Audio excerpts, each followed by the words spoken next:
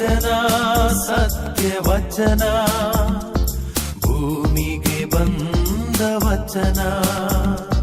ವಚನ ಸತ್ಯ ವಚನ, ಭೂಮಿಗೆ ಬಂದ ವಚನ. ಆದಿಯಲ್ಲಿ ಇದ್ದ ವಚನ, ನಮ್ಮ ನೋಡ ಬಂದ ವಚನ. ವಚನ ಸತ್ಯ ವಚನ, ಭೂಮಿಗೆ ಬಂದ ವಚನ.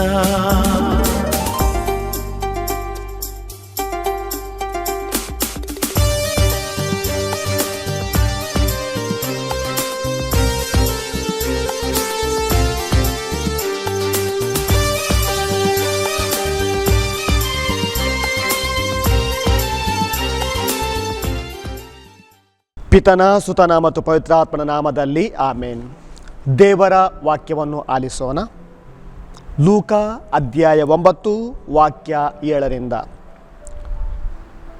ನಡೆಯುತ್ತಿದ್ದ ಎಲ್ಲ ಸಂಗತಿಗಳು ಸಾಮಂತ ರಾಜ ಹೆರೋದನ ಕಿವಿಗೆ ಬಿದ್ದವು. ಅವನ ಮನಸ್ಸು ಕಳವಳಗೊಂಡಿತ್ತು, ಏಕೆಂದರೆ ಯೋಹಾನನು ಮರಳಿ ಜೀವಂತನಾಗಿ ಎದ್ದಿದ್ದಾನೆ ಎಂದು ಕೆಲವರು, ಎಲಿಯನು ಪುನಃ ಕಾಣಿಸಿಕೊಂಡಿದ್ದಾನೆ ಎಂದು ಇನ್ನು ಕೆಲವರು, ಪ್ರಾಚೀನ ದಿನಗಳಲ್ಲಿ ಒಬ್ಬನು ಮರಳಿ ಜೀವಂತನಾಗಿದ್ದಾನೆ ಎಂದು ಮತ್ತೆ ಕೆಲವರು ಹೇಳುತ್ತಿದ್ದರು. ಹೆರೋದನಾದರೂ ಯೋಹಾನನೇ ಅವನನ್ನು ನಾನೇ ಶಿರಚ್ಛೇದ ಮಾಡಿಸಿದ್ದೇನಲ್ಲ, ಮತ್ತೆ ಇವನಾರು? ಇವನ ಬಗ್ಗೆ ಇಂಥ ವಿಷಯಗಳನ್ನೆಲ್ಲ ಕೇಳುತ್ತಾ ಇರುವೆನಲ್ಲ ಎಂದುಕೊಂಡು ಯೇಸುವನ್ನು ನೋಡಲು ಅವಕಾಶ ಹುಡುಕುತ್ತಿದ್ದನು. ಯೇಸುವನ್ನು ನೋಡಲು ಅವಕಾಶ ಹುಡುಕುತ್ತಿದ್ದನು. ಪ್ರಭು ಕ್ರಿಸ್ತರ ಶುಭ ಸಂದೇಶವಿದು. ಕ್ರಿಸ್ತರೇ ನಿಮಗೆ ಸ್ತುತಿ ಸಲ್ಲಲಿ. ಪ್ರೀತಿಯ ಸಹೋದರ ಮತ್ತು ಸಹೋದರರೇ, ನಿಮಗೆಲ್ಲರಿಗೂ ಶುಭ ಮುಂಜಾನೆಯ ಶುಭ ನಮನಗಳು. ಇದು ಮತ್ತೊಮ್ಮೆ ದೇವರ ವಾಕ್ಯವನ್ನು ಆಲಿಸಲು, ಆ ವಾಕ್ಯವನ್ನು ಧ್ಯಾನಿಸಲು, ಆ ವಾಕ್ಯದ ಮುಖಾಂತರ ಏನಾದರೂ ಯೇಸುಸ್ವಾಮಿಯ ಅನುಭವವನ್ನು ಪಡೆಯಲು ನಾವಿಲ್ಲಿ ಒಟ್ಟು ಸೇರಿದ್ದೇವೆ. ಈ ಸಂದರ್ಭದಲ್ಲಿ ಯೇಸುಸ್ವಾಮಿಯನ್ನು ನೋಡಲು ಹೆರೋದ ಹೇಗೆ ಕಾಯ್ತಾ ಇದ್ದ ಎಂಬುದನ್ನು ವಾಕ್ಯದ ಮುಖಾಂತರ ನಾವು ಆಲಿಸಿದೆವು. ಯಾವುದೇ ಒಬ್ಬ ವ್ಯಕ್ತಿಯನ್ನು ನೋಡಲಿಕ್ಕೆ ನಮಗೆ ಮನಸ್ಸಿರಬೇಕಾದ್ರೆ ಆ ವ್ಯಕ್ತಿ ಪ್ರಖ್ಯಾತಗೊಂಡಿರಬೇಕು. ಅಂದರೆ ವಿಶೇಷವಾಗಿ ಆ ವ್ಯಕ್ತಿಗೆ ನಾವು ಕಾಯ್ತಿರ್ಬೇಕಾದ್ರೆ ಆ ವ್ಯಕ್ತಿಗೆ ಏನಾದರೂ ಒಂದು ಹೆಸರಿರಬೇಕು, ಹೆಸರುವಾಸಿಯಾಗಿರಬೇಕು. ನಾವು ನೋಡ್ತಾ ಇದ್ದೇವೆ ಆಸ್ಪತ್ರೆಗಳಲ್ಲಿ ಹೋದಾಗ ಯಾರಾದರೂ ಅನುಭವಸ್ಥ ಡಾಕ್ಟರ್ ಇದ್ದರೆ, ವೈದ್ಯರಿದ್ದರೆ, ಒಳ್ಳೆಯ ಹೆಸರುವಾಸಿಯಾದ ಡಾಕ್ಟರ್ ಇದ್ದರೆ, ವೈದ್ಯರಿದ್ದರೆ ಅವರನ್ನು ನೋಡಲಿಕ್ಕೆ ನಾವು ಬಯಸ್ತೇವೆ. ಯಾಕಂದರೆ ಆ ವೈದ್ಯನ ಮುಖಾಂತರ ನಮ್ಮ ರೋಗ ಆದಷ್ಟು ಬೇಗ ಗುಣ ಹೊಂದುತ್ತೆ ಎಂಬುದು ನಮ್ಮ ಅಭಿಪ್ರಾಯ. ಯಾಕಂದರೆ ಆತನಿಗೆ ಅನುಭವವಿದೆ, ಅನೇಕ ವರ್ಷಗಳಿಂದ ಈ ಒಂದು ರೀತಿಯಲ್ಲಿ ಸೇವೆ ಮಾಡ್ತಾ ಇದ್ದಾನೆ, ಅನೇಕ ಜನರನ್ನು ಗುಣಪಡಿಸಿದ್ದಾನೆ, ಅನೇಕ ಜನರಿಗೆ ಆತ್ಮೀಯನಾಥ ಆಗಿದ್ದಾನೆ. ಆದ ಕಾರಣ ಆ ವೈದ್ಯನನ್ನು ಭೇಟಿ ಮಾಡಲಿಕ್ಕೆ ಜನರು ಹೋಗೋದು, ಪ್ರಖ್ಯಾತಿಗೊಂಡಂಥ ವ್ಯಕ್ತಿಯ ಬಳಿ ಜನರು ಹೋಗೋದು ನಮಗೆ ಗೊತ್ತು, ನಾವು ತಿಳಿದಿದ್ದೇವೆ. ಇವತ್ತಿನ ಶುಭ ಸಂದೇಶದಲ್ಲಿ ನಾವು ಆಲಿಸಿದೆವು, ಯೇಸುವನ್ನು ನೋಡಲಿಕ್ಕೆ ರಾಜ ಬಯಸ್ತಾ ಇದ್ದ. ಯಾಕೆಂದರೆ ಯೇಸು ಸ್ವಾಮಿ ಕೂಡ ಹಾಗೇನೆ ಹೆಸರುವಾಸಿಯಾದಂಥ ಒಬ್ಬ ವ್ಯಕ್ತಿ. ಅನೇಕ ಜನರು ಯೇಸು ಸ್ವಾಮಿಯನ್ನು ನೋಡಲಿಕ್ಕೆ ಬಯಸ್ತಾ ಇದ್ದರು. ಅನೇಕ ರೋಗಿಗಳನ್ನು ಗುಣಪಡಿಸಿದಂಥ ಪ್ರಭು ಯೇಸು, ಅನೇಕ ಜನರಿಗೆ ರಕ್ಷಣೆ ನೀಡಿದಂಥ ಪ್ರಭು ಯೇಸು, ಅನೇಕ ಪಾಪಿಗಳನ್ನು ಕ್ಷಮಿಸಿದಂಥ ಪ್ರಭು ಯೇಸುವನ್ನು ನಾನು ನೋಡಬೇಕು ಎಂಬ ಒಂದು ಉದ್ದೇಶ ಕೇವಲ ಹೆರೋದನಿಗೆ ಮಾತ್ರವಲ್ಲ, ಅನೇಕ ಜನರಿಗಿತ್ತು. ಪ್ರತ್ಯೇಕವಾಗಿ ಯೇಸು ಸ್ವಾಮಿಯ ಆ ಬಹಿರಂಗ ಜೀವನದಲ್ಲಿ ಒಂದು ದೃಷ್ಟಿ ಹಾಯಿಸಿದರೆ ಅನೇಕ ಜನರು ಯೇಸು ಸ್ವಾಮಿಯನ್ನು ನೋಡಲಿಕ್ಕೆ ಬರುವುದನ್ನು ನಾವು ಬೈಬಲಲ್ಲಿ ಓದ್ತಾ ಇದ್ದೇವೆ. ಪ್ರತ್ಯೇಕವಾಗಿ ಯೋಹಾನ ಅಧ್ಯಾಯ 12ರಲ್ಲಿ ಯೇಸು ಸ್ವಾಮಿ ದೇವರ ವಾಕ್ಯ ಸಾರ್ತಿರ್ಬೇಕಾದ್ರೆ ದೂರ ದೇಶದಿಂದ ಬಂದಂಥ ಗ್ರೀಕರು ಯೇಸು ಸ್ವಾಮಿಯನ್ನು ನೋಡಲಿಕ್ಕೆ ಬಯಸ್ತಾರೆ. ಮಾತ್ರವಲ್ಲ, ಅವರು ಜೆರುಸಲೇಮಿಗೆ ದೇವಾಲಯಕ್ಕೆ ಬಂದಾಗ ನಾವು ಯೇಸು ಸ್ವಾಮಿ ನೋಡಬೇಕು ಎಂಬುದಾಗಿ ಕಾಯ್ತಾ ಇರ್ತಾರೆ. ಆದರೆ ಯೇಸು ಸ್ವಾಮಿಯ ಅಕ್ಕಪಕ್ಕ ತುಂಬ ಜನರಿದ್ದರು. ಇಷ್ಟು ಜನರ ಮಧ್ಯೆ ಯೇಸು ಸ್ವಾಮಿ ನೋಡಲಿಕ್ಕೆ, ಭೇಟಿ ಮಾಡಲಿಕ್ಕೆ ಅವರಿಗೆ ಸಾಧ್ಯ ಆಗಿಲ್ಲ. ಯಾಕಂದರೆ ಯೇಸು ಸ್ವಾಮಿ ದೇವರ ವಾಕ್ಯ ಅಥವಾ ಪ್ರಬೋಧನೆ ಮಾಡ್ತಾ ಇದ್ರು. ಈ ಸಂದರ್ಭದಲ್ಲಿ ಅವರನ್ನು ನೋಡಲಿಕ್ಕೆ ಆಗದೇ ಇದ್ದಾಗ ಈ ಗ್ರೀಕ್ ಸಹೋದರರು ದೂರ ದೇಶದಿಂದ ಬಂದವರು, ಅಷ್ಟು ದೂರದಿಂದ ನಾವು ಬಂದಿದ್ದೇವೆ, ಯೇಸುಸ್ವಾಮಿ ಹೆಸರನ್ನು ಅರಿತಿದ್ದೇವೆ, ಯಾಕಂದರೆ ಯೇಸುಸ್ವಾಮಿಯ ಅದ್ಭುತಗಳನ್ನು ಕೂಡ ಅವರು ಕೇಳಿದರು. ಆದ ಕಾರಣ ಈ ವ್ಯಕ್ತಿಯನ್ನು ನಾವು ನೋಡಬೇಕು, ಈ ರಕ್ಷಕನನ್ನು ನಾವು ನೋಡಬೇಕು ಎಂಬುದಾಗಿ ಕಾಯ್ತಾ ನಂತರ ಅವರು ಯೇಸುಸ್ವಾಮಿಯ ಶಿಷ್ಯನಾದ ಫಿಲಿಪ್ಪನಿಗೆ ಈ ಒಂದು ಸುದ್ದಿ ತಿಳಿಸ್ತಾರೆ. ಫಿಲಿಪ್ಪ ತನಗೆ ಸಿಕ್ಕಿದಂಥ ಸುದ್ದಿಯನ್ನು ಆಂದ್ರೇಯನಿಗೆ ಹೇಳ್ತಾನೆ. ಆಂದ್ರೇಯ ಮತ್ತು ಫಿಲಿಪ್ಪ ಇಬ್ಬರು ಕೂಡ ಯೇಸುಸ್ವಾಮಿ ಬಳಿಗೆ ಹೋಗ್ತಾರೆ. ಹೇಳ್ತಾರೆ, ನೋಡಿ, ನಿಮ್ಮನ್ನು ನೋಡಲಿಕ್ಕೆ ದೂರದಿಂದ ಬಂದಿದ್ದಾರೆ, ಗ್ರೀಕರು ನಿಮ್ಮನ್ನು ನೋಡಬೇಕು, ನಿಮ್ಮಿಂದ ಆಶೀರ್ವಾದ ಪಡೆಯಲಿಕ್ಕೆ ಬಂದಿದ್ದಾರೆ ಎಂಬುದಾಗಿ ತಿಳಿಸಿದಾಗ ಯೇಸುಸ್ವಾಮಿ ದೇವರ ಮಹಿಮೆಯ ಬಗ್ಗೆ ಅಲ್ಲಿ ಮಾತಾಡ್ತಾರೆ. ಈಗ ದೇವರಿಗೆ ಮಹಿಮೆ ಕೊಡುವಂಥ ಸಮಯ ಬಂದಿದೆ, ನನ್ನ ಮುಖಾಂತರ ದೇವರಿಗೆ ಈಗ ಮಹಿಮೆ ಸಲ್ಲುತ್ತೆ. ಅಂದರೆ ಅಷ್ಟು ದೂರದವರೆಗೂ ಕೂಡ ನನ್ನ ಹೆಸರು ಹೋಗಿದೆ. ಅಂದರೆ ಖಂಡಿತವಾಗಿ ಇನ್ನು ಕೆಲವೇ ದಿನದಲ್ಲಿ ನಾನು ಶಿಲುಬೆಯಲ್ಲಿ ಸಾಯಲಿಕ್ಕೆ ಹೋಗ್ತಾ ಇದ್ದೇನೆ ಎಂಬುದೇ ಎಂಬ ಉದ್ದೇಶವನ್ನು ಇಟ್ಕೊಂಡು ಯೇಸುಸ್ವಾಮಿ ಈ ಮಾತನ್ನು ಹೇಳುವಂಥದ್ದು. ಅಂದರೆ ಗ್ರೀಕರು ಯೇಸುಸ್ವಾಮಿಯನ್ನು ನೋಡಲಿಕ್ಕೆ ಬಂದರು. ಯೇಸುಸ್ವಾಮಿ ಹೆಸರು ವಾಸಿಯಾಗಿತ್ತು, ಹೆಸರು ಪ್ರಖ್ಯಾತಿ ಆಗಿತ್ತು. ಆದ ಕಾರಣ ಅವರು ಬಂದಿದ್ದರು, ಯೇಸುಸ್ವಾಮಿಯನ್ನು ನೋಡಲಿಕ್ಕೆ ಅವರು ಬಯಸಿದರು. ಹಾಗೆಯೇ ಲೂಕನ ಅಧ್ಯಾಯದಲ್ಲಿ 19ನೇ ಅಧ್ಯಾಯದಲ್ಲಿ ನಾವು ನೋಡ್ತಾ ಇದ್ದೇವೆ, ಜಕ್ಕಾಯ ಅಂತ ಒಬ್ಬ ವ್ಯಕ್ತಿ ಸುಂಕಗಾರ ಆತ ಆಗಿದ್ದ. ಜನರೆಲ್ಲರೂ ಆತನನ್ನು ಪಾಪಿ ಎಂಬುದಾಗಿ ಕರೀತಾ ಇದ್ರು, ಆತನನ್ನು ಪಬ್ಲಿಕ್ ಸಿನ್ನರ್ ಅಂತ ಕರೀತಾ ಇದ್ರು. ಯಾಕೆಂದರೆ ಸಮಾಜದಿಂದ ಆತ ಹೊರಗಿದ್ದ, ಯಹೋದ್ಯರಿಂದ ಆತ ದೂರ ಇದ್ದ, ಯಹೋದ್ಯರು ಆತನನ್ನು ಸ್ವೀಕರಿಸ್ತಿರಲಿಲ್ಲ. ಈ ಸಂದರ್ಭದಲ್ಲಿ ಜಕ್ಕಾಯ ಕೂಡ ಯೇಸುಸ್ವಾಮಿ ಬಗ್ಗೆ ತಿಳಿತಾನೆ. ಯೇಸುಸ್ವಾಮಿ ಅಂತ ಒಬ್ಬ ರಕ್ಷಕರಿದ್ದಾರೆ, ದೇವರ ಪುತ್ರ ಅಂತ ಅವರನ್ನು ಕರೀತಾರೆ, ಆ ವ್ಯಕ್ತಿಯನ್ನು ನಾನು ನೋಡಬೇಕು ಎಂಬುದಾಗಿ ಜಕ್ಕಾಯ ಕಾಯ್ತಾ ಇದ್ದ. ಆದ ಕಾರಣ ಲೂಕ ಅಧ್ಯಾಯ 19 ವಾಕ್ಯ 3ರಲ್ಲಿ ನಾವು ನೋಡ್ತಾ ಇದ್ದೇವೆ, ಜಕ್ಕಾಯನು ಯೇಸುಸ್ವಾಮಿಯನ್ನು ನೋಡಲಿಕ್ಕೆ ಬಯಸಿದನು. ಹೌದು ಪ್ರೀತಿಯ ಸಹೋದರ ಮತ್ತು ಸಹೋದರರೇ, ನಾವು ಯಾವುದೇ ಒಂದು ಕಾರ್ಯಕ್ರಮದಲ್ಲಿ ಅಥವಾ ಯಾವುದೇ ಒಂದು ಕೆಲಸದಲ್ಲಿ ಹೆಸರುವಾಸಿಯಾಗಿದ್ದರೆ ನಮ್ಮನ್ನು ಕೂಡ ನೋಡಲಿಕ್ಕೆ ಜನರು ಬಯಸ್ತಾರೆ. ಇಲ್ಲಿ ಜಕ್ಕಾಯ ತನ್ನ ಪಾಪ ಜೀವನವನ್ನು ತ್ಯಜಿಸಲಿಕ್ಕೆ ಯೇಸುವನ್ನು ಭೇಟಿ ಮಾಡಲಿಕ್ಕೆ ಆತ ಬಯಸ್ತಾನೆ. ನಾನು ಕೂಡ ಒಂದು ಹೊಸ ವ್ಯಕ್ತಿ ಆಗಬೇಕು, ಎಲ್ಲರೂ ನನ್ನನ್ನು ಸ್ವೀಕರಿಸಬೇಕು ಎಂಬ ಉದ್ದೇಶ ಅವನಿಗಿತ್ತು. ಮಾತ್ರವಲ್ಲ, ಆತ ಯೇಸುಸ್ವಾಮಿ ಬಗ್ಗೆ ಕೇಳಿರಬೇಕು, ಪಾಪಿಯೊಂದಿಗೆ ಆತ ಬೆರೀತಾನೆ, ಸುಂಕಗಾರರೊಂದಿಗೆ ಆತ ಬೆರೀತಾನೆ, ಅವರೊಂದಿಗೆ ಸಂಗಡ ಕುಂತು ಊಟ ಮಾಡ್ತಾನೆ. ಎಲ್ಲ ಸುದ್ದಿ ಜಕ್ಕಾಯನಿಗೆ ಖಂಡಿತವಾಗಿ ತಲುಪಿದ್ದಿರಬಹುದು. ಆದ ಕಾರಣ ಜಕ್ಕಾಯ ಯೇಸುವನ್ನು ನೋಡಬೇಕು, ನಾನು ಕೂಡ ಅವರ ಗೆಳೆತನವನ್ನು ಬೆಳೆಸಬೇಕು, ನಾನು ಕೂಡ ಅವರ ಮುಖಾಂತರ ಶುದ್ಧನಾಗಬೇಕು, ಒಂದು ಉತ್ತಮ ವ್ಯಕ್ತಿಯಾಗಬೇಕು ಎಂಬ ಒಂದು ಉದ್ದೇಶದಿಂದ ಈ ಜಕ್ಕಾಯ ಯೇಸುವನ್ನು ನೋಡಲಿಕ್ಕೆ ಬಯಸ್ತಾನೆ. ಪ್ರೀತಿಯ ಸಹೋದರ ಮತ್ತು ಸಹೋದರರೇ, ಹೀಗೆ ಜಕ್ಕಾಯ ಆಗಿರ್ಬೋದು, ಆಮೇಲೆ ಗ್ರೀಕರಾಗಿರ್ಬೋದು, ಒಂದು ಉದ್ದೇಶವನ್ನು ಇಟ್ಟುಕೊಂಡು ಯೇಸುವನ್ನು ಬೆಳಗ್ಗೆ ಬಂದಿದ್ದರು. ಆದರೆ ಇಲ್ಲಿ ಇವತ್ತಿನ ಶುಭ ಸಂದೇಶದಲ್ಲಿ ನಾವು ಆಲಿಸಿದೆವು, ಹೆರೋದ ಅಂತ ಒಬ್ಬ ರಾಜ, ಈತ ಕೂಡ ಯೇಸುವನ್ನು ನೋಡಲಿಕ್ಕೆ ಬಯಸ್ತಾನೆ ಎಂಬುದನ್ನು ಈ ವಾಕ್ಯದಲ್ಲಿ ನಾವು ಆಲಿಸಿದೆವು. ಖಂಡಿತವಾಗಿ ಹೆರೋದನಲ್ಲಿ ಕೂಡ ಒಂದು ಉದ್ದೇಶ ಇತ್ತು, ಯಾಕಂದರೆ ಅವ ರಾಜನಾಗಿದ್ದ. ಆತ ಸ್ನಾನಿಕ ಯೋಹಾನ ಎಂಬ ಒಬ್ಬ ವ್ಯಕ್ತಿಯನ್ನು ಆತ ಕೊಲೆ ಮಾಡಿದ್ದ ಅಥವಾ ಆತನನ್ನು ತಲೆ ಕಡ್ದಿದ್ದ.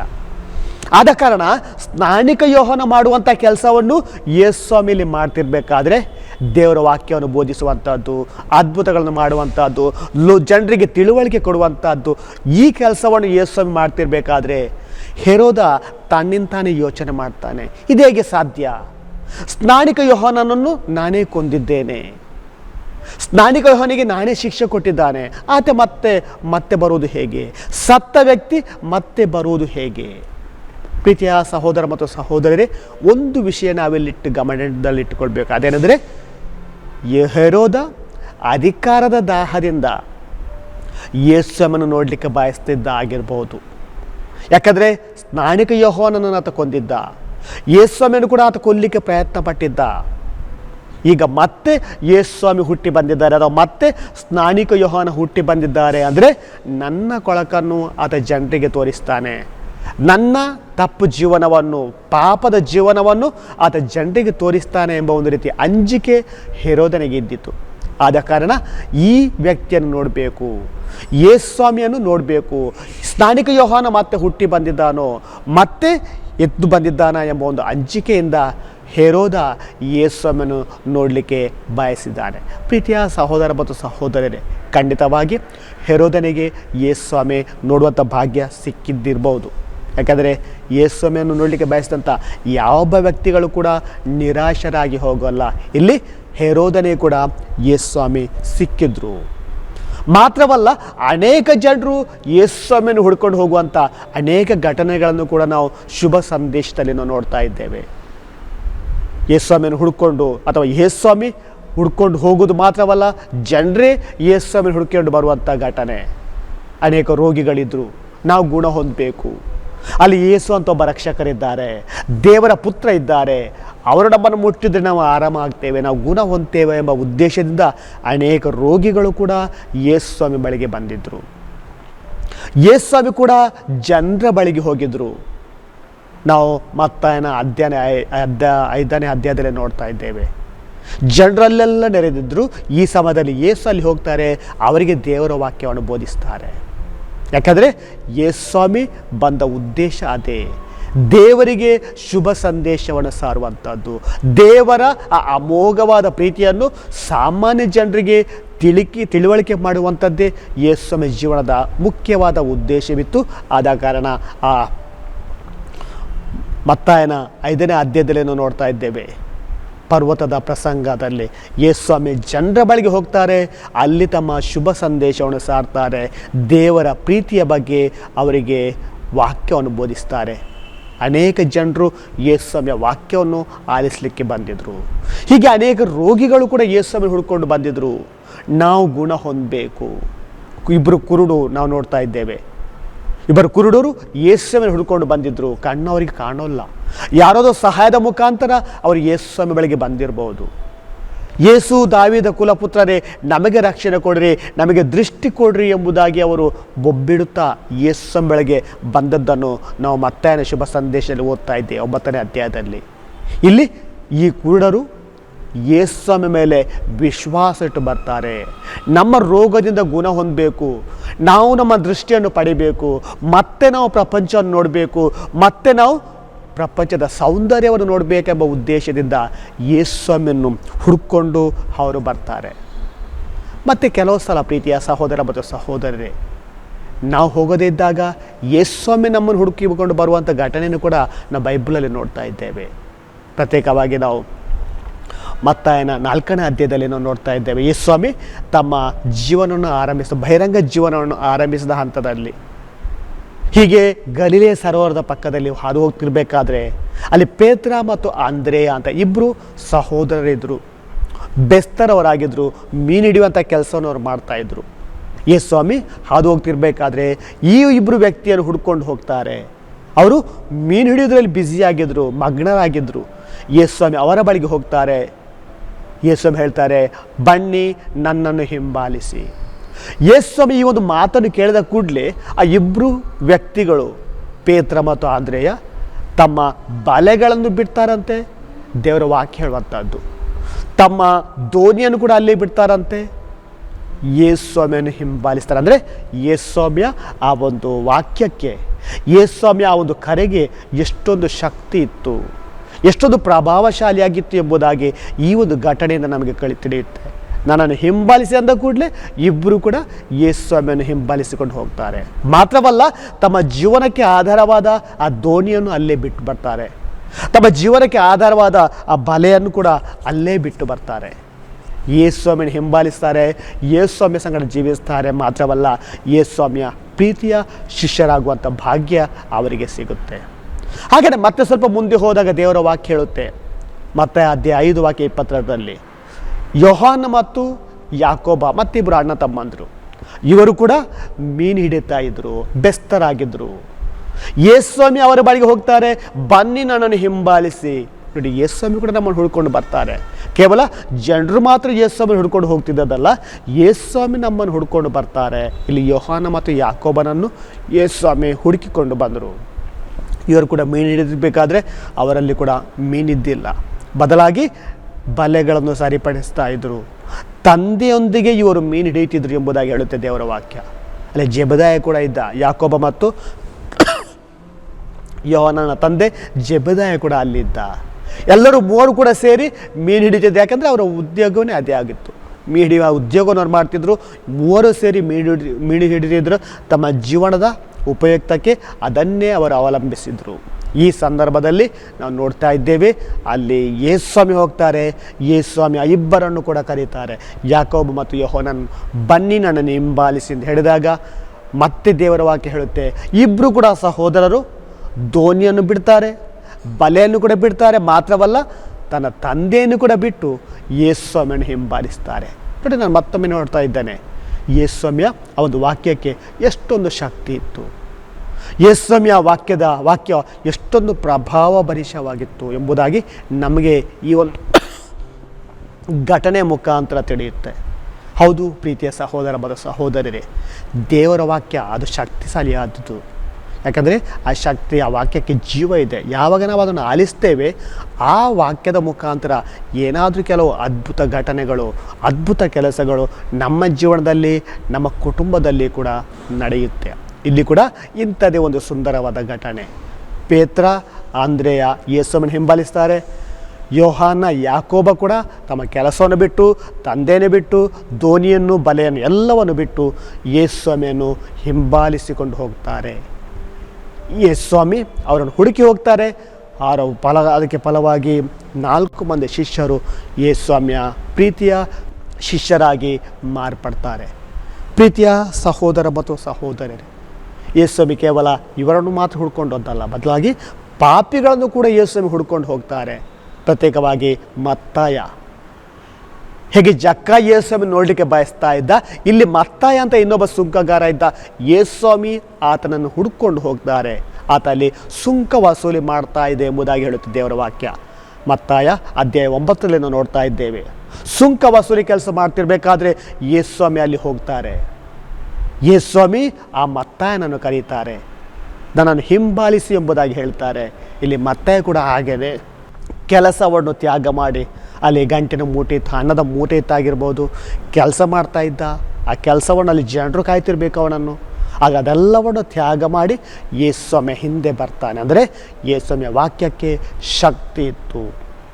ಆ ವಾಕ್ಯಗಳು ಪ್ರಭಾವಶಾಲಿಯಾಗಿದ್ದವು. ಆದ ಕಾರಣ ಆ ವಾಕ್ಯದ ಹಿಂದೆ ಮತ್ತಾಯ ಕೂಡ ಆ ಎಲ್ಲ ಕೆಲಸವನ್ನು ಬಿಟ್ಟು, ಆ ಹಣವನ್ನು ಹಿಂದೆ ಬಿಟ್ಟು ಯೇಸುಸ್ವಾಮಿಯನ್ನು ಹಿಂಬಾಲಿಸ್ತಾನೆ.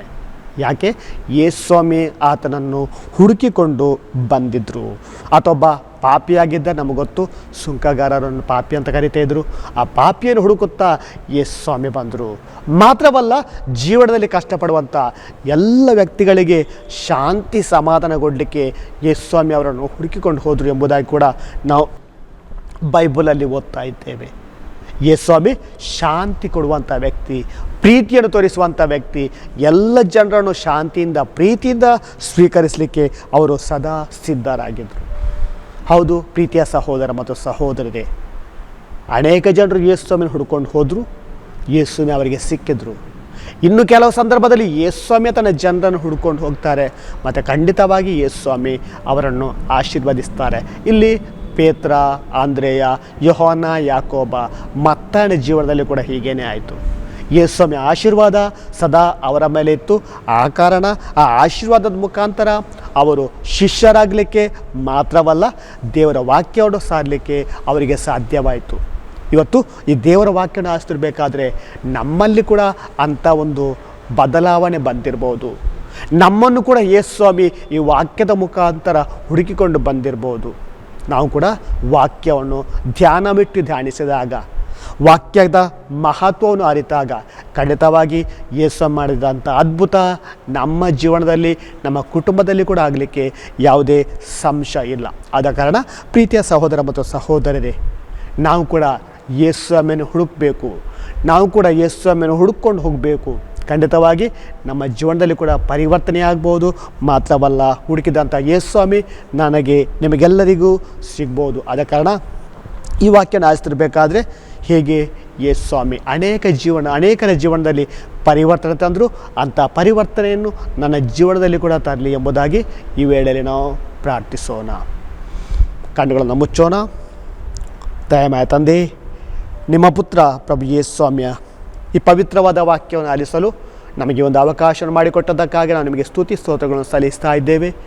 ನಿಮ್ಮ ವಾಕ್ಯವನ್ನು ಆಲಿಸುತ್ತಾ ನಮ್ಮಲ್ಲಿ ಕೂಡ ಹೊಸತನವನ್ನು ಪಡೆಯಲು, ನಮ್ಮಲ್ಲಿ ಕೂಡ ಪರಿವರ್ತನೆ ತರಲು ಶಕ್ತಿ ನೀಡಿರಿ, ಧೈರ್ಯ ತುಂಬಿರಿ. ಈ ಪ್ರಾರ್ಥನೆಯನ್ನು ನಿಮ್ಮ ಪುತ್ರ ಪ್ರಭು ಯೇಸು ಸ್ವಾಮಿಯ ಪವಿತ್ರ ನಾಮದಲ್ಲಿ ಪ್ರಾರ್ಥಿಸ್ತೇವೆ. ಆಮೇಲೆ